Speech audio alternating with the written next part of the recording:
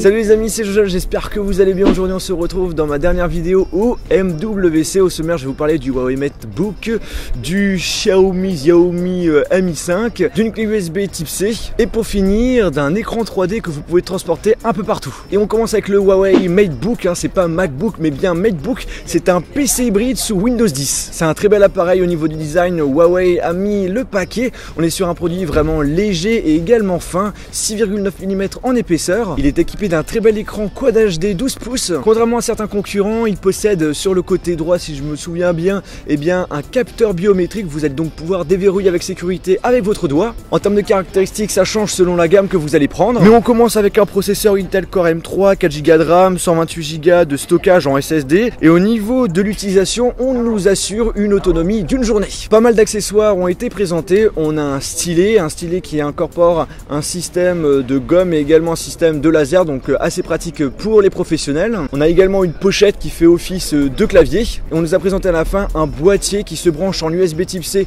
sur l'appareil et en gros ce boîtier regroupe plusieurs ports. On a des ports HDMI, VGA, également USB. Il va être vendu à partir de 799 €. On a deux couleurs au choix, or et noir, et pour l'instant pas de date de sortie. On passe maintenant au MX5, un smartphone haut de gamme qui coûte pas trop cher. Pour vous donner une idée au niveau des caractéristiques, on a un Snapdragon 820, 3 Go de RAM pour la version 32 Go en mémoire interne, 4 Go de RAM pour celui qui a 128 Go en mémoire interne. En appareil photo, on a un 16 mégapixels, c'est un appareil photo de chez Sony, et devant on a un appareil photo de 4 mégapixels. Alors je vous le dis direct, j'ai pas pu le tester comme je le souhaitais puisqu'il y avait énormément de personnes qui voulaient absolument le prendre en main, mais par rapport à ce que j'ai pu remarquer, c'est que l'appareil est vraiment très rapide.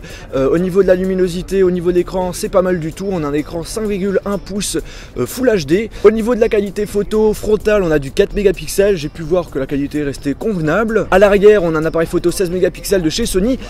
La qualité est bonne, mais par contre, ce que j'ai pu remarquer, c'est que la mise au point n'est pas très rapide. C'est un très beau smartphone qui ressemble un petit peu quand même au S7 avec son arrière légèrement courbé. Les côtés, si je dis pas de bêtises, c'est en aluminium et on a une prise USB type C. Alors ce qu'il faut savoir, c'est qu'il ne sera pas commercialisé en France ni en Europe, tout simplement parce que pour ceux qui ne savent pas, Xiaomi on va dire vole beaucoup des brevets au niveau des autres marques. Du coup, si vous voulez l'acheter, il faudra passer par des grossistes chinois. En ce qui concerne le prix, ça va coûter moins de 300 €. Donc par rapport aux caractéristiques, c'est vraiment excellent. Il sort début mars. Ensuite, on passe à une clé USB type C fabriquée par SanDisk. C'est tout simplement une clé USB qui se branche sur un port USB type C. Donc ça peut être sur un smartphone, sur une tablette, sur un ordinateur, tant que ça soit un port USB type C.